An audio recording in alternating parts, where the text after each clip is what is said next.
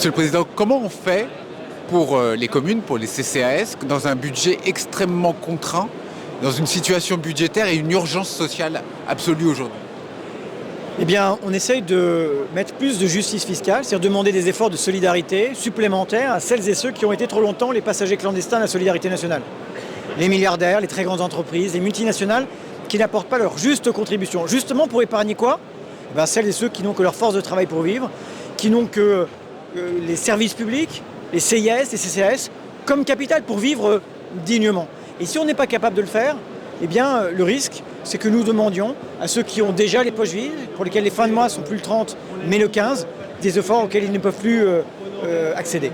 À l'Assemblée nationale, est-ce que vous avez encore la possibilité de pouvoir œuvrer pour cela? Écoutez, depuis qu'on se bat, nous avons réussi à faire reculer le gouvernement sur un certain nombre de points. Il devait y avoir 2 jours fériés supprimés, ça n'est plus le cas. Il devait y avoir une nouvelle réforme de l'assurance chômage, ça n'est plus le cas. Il devait y avoir le gel du barème de l'impôt sur le revenu qui aurait fiscalisé plus de 200 000 ménages. Ça n'est plus le cas. Il y avait le gel des pensions, ça n'est plus le cas. Il y avait le gel des minima sociaux, rendez-vous compte, de l'allocation adulte handicapé.